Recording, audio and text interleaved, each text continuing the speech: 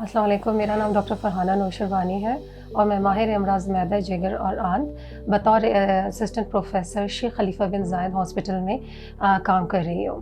आज मेरा जो मकसद है यहाँ आने का वो ये है कि आप सबको GERD से आगाही क्या बता सकूँ। GERD जिसे हम आम अल्फाज में मैदा या सीने की जलन कहते हैं या तेज़ाबियत के नाम से मशहूर है। GERD जो है वो गैस्ट्रोइसोफेजियल रिफ्लक्स डिज़ीज़ का शॉर्ट फॉर्म है। ये जो माह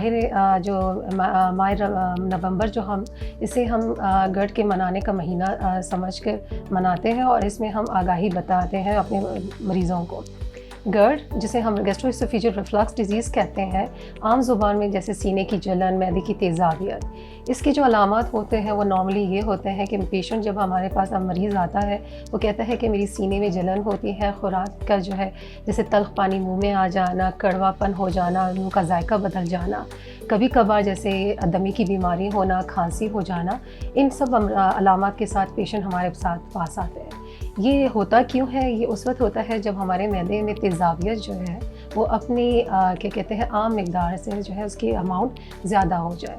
और ये कब होता है, इसकी वजूहात क्या है, इसके बारे में बताना चाहूँगी। जब हम ज़्यादा जैसे चटपटी चीज़ें, मिर्च मसाला, बाहर जंक फूड, बाहर का खाना पीना, मशरूबात और ये ख़ास तौर पे कैफ़ीन जो कि चाय और कॉफ़ी में होती है, अगर उसका हम बेजा इस्तेमाल करें तो ये अलामात हो सकती हैं।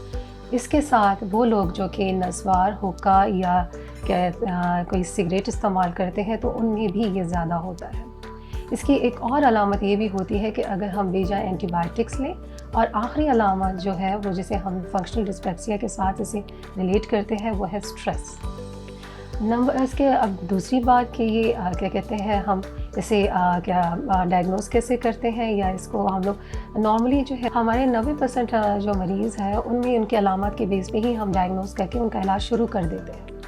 जो बाकी 10% जिनमें जैसे कि जो लोग हमारे मरीज़ जो कि दवाइयों के बावजूद भी ठीक ना हो रहे हों या बुढ़ापे में या इनके अलामत वापस आ जाए, जैसे कि सीने में जलन, मुंह में कड़वा पानी आ जाना, कान, दांत और गले में बार बार इन्फेक्शन हो जाना, जैसे दमे की बीमारी हो जाना, बार बार खांसी हो जाना, तो उन केसेस में हम क्या कहते हैं कि इसकी जैसे हम एंडोस्कोपी करते हैं। और एंडोस्कोपी क्या होती है, एक पाइप है जिसके सामने कैमरा होता है, वो हम खुराक की नाली में ऐसे गुजरते हुए उसकी हम देखते हैं, जायज़ा लेते हैं और मैदे को देखते हैं। इसका जो दूसरा और जो हम कहते हैं कि गोल्ड स्टैंडर्ड टेस्ट है वो है pH मॉनिटरिंग। अब इस आखिरी चीज़ जैसे कि हमने इससे बचना कैसे है, इसकी जैसे बचने के लिए हमारे कुछ जैसे स्टेप्स होते हैं।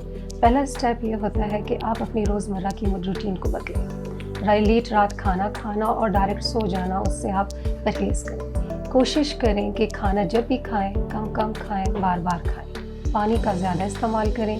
चाय अगर के मशरूबात जो इस्तेमाल करते हैं इनका इस्तेमाल कम करें। कोशिश करें सिगरेट, तंबाकू का इस्तेमाल छोड़ दें।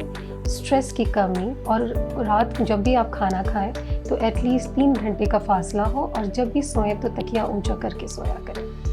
ये कुछ ऐसी अलामत हैं जो कि अगर हम अपनी ज़िंदगी में इनका शामिल कर लें तो 80% हमारे मसले का हल हो सकता है। तो इसके बाद हम क्या करते हैं कि अगर इनके बावजूद आपके मसले ठीक नहीं हो रहे तो आप कोशिश करें कि हल्की फुल्की वर्जिश भी शुरू कर दें। साथ में आपको ऐसी दवाइयाँ जिनसे तेज़ाबियत कम होती है तो वो हम शुरू कर सकते हैं। ये GERD जो बीमारी है, असल में आप ये पूछेंगे कि आखिर इसका इलाज इतना ज़रूरी क्यों है। असल में अगर आगे जाके ये इंसान को दमे के शिकार हो सकते हैं, सीने के जो हमारी खुराकी नाली है अगर ये ज़्यादातर GERD रहे तो ये क्या करेंगे कि सुराख के जो खुराकी नाली है उसमें तंगी आ सकती है, जिसकी वजह से आगे जाके आपको खाने में मसला हो सकता है, खुराक का पचना, ये सारी चीज़ें। और अगर एक और चीज़ है, अगर हम इसका इलाज बर वक्त ना करें तो आगे जाके खुराकी नाली का कैंसर भी हो सकता है। तो मेरी तरफ से आप लोग के लिए एक छोटा सा पैगाम है, आप अपनी एक सेहतमंद ज़िंदगी गुजारें, वर्जिश करें, अच्छा खाना खाएं और अपना जो भी अद्वियात यूज़ करें वो प्लीज़ डॉक्टर के मशवरे के मुताबिक यूज़ करें। Thank you.